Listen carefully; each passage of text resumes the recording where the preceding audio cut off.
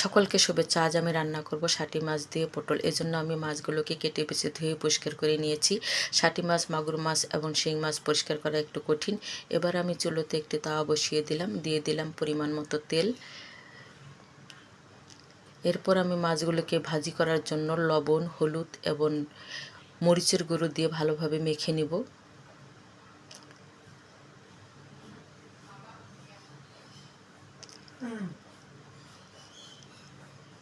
তেল গরম হয়ে এসেছে, এবার আমি ভাজা কাটা দিয়ে একটু ছড়িয়ে দিলাম যাতে তাওয়ার চারিপাশে ভরে।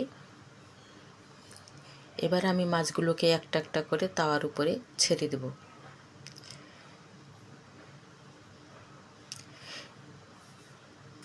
এই মাছগুলো একটু নরম প্রকৃতির, তাই আলতোভাবে দিতে হবে যাতে ভেঙে না যায়।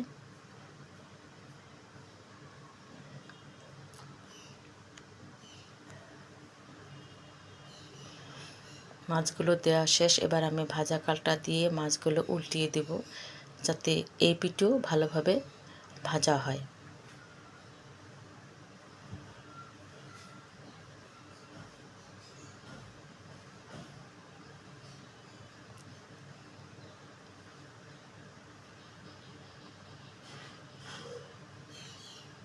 মাছগুলো উল্টানোর সময় সাবধানে উল্টাতে হবে, তা নাইলে ভেঙে যাবে। মাছগুলো ভাজা হয়ে গেছে, এবার আমি নামিয়ে রাখবো।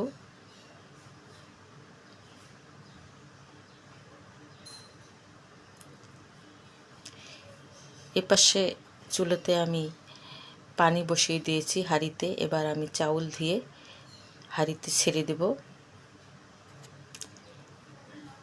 চাউল দিয়ে দিচ্ছি।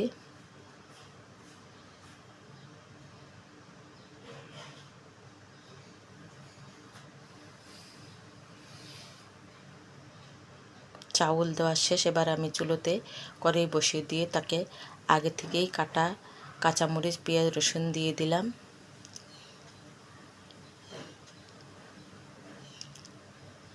এবার দিয়ে দেব পরিমাণ মতো সাদা তেল।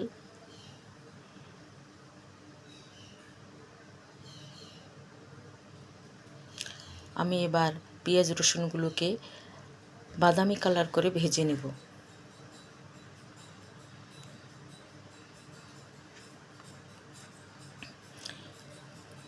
হালকা বাদামি কালার ভাজা হয়ে গেছে।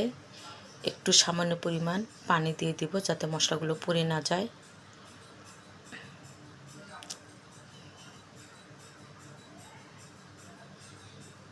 একটু নেড়ে চেড়ে দিলাম। এরপর আমি দিয়ে দেব পর্যায়ক্রমে লবণ, দিয়ে দিলাম স্বাদ মতো।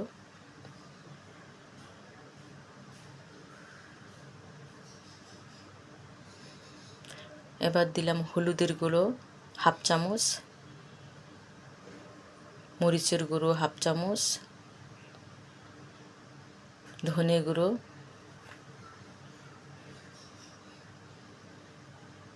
জিরে গুঁড়ো, সামান্য আদা বাটা। এবার আমি মশলাগুলোকে আবারও ভালোভাবে কষিয়ে নিব। আমি আগেই পটলগুলোকে কেটে বেছে ধুয়ে পরিষ্কার করে রেখেছিলাম। এবার দিয়ে দিলাম।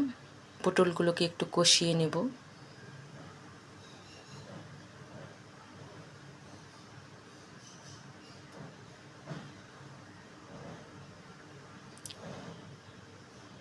একটু নেড়ে চেড়ে দিতে হবে, তা নইলে পুড়ে যাবে।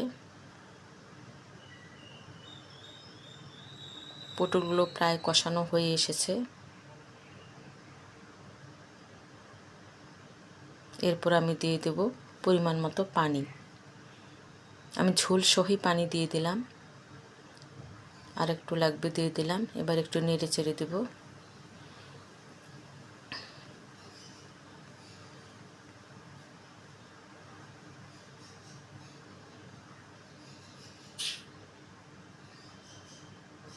তরকারিটা বলক উঠে এসেছে। একটু নেড়ে চেড়ে আমি আগে থেকে ভেজে রাখা মাছগুলো দিয়ে দেব। ভাতও বলক এসেছে।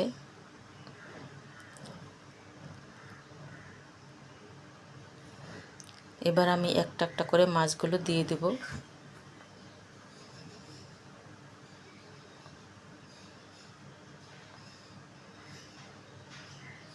মাছগুলো এবার ভাঙার সম্ভাবনা কম, কারণ ভাজা হয়েছে।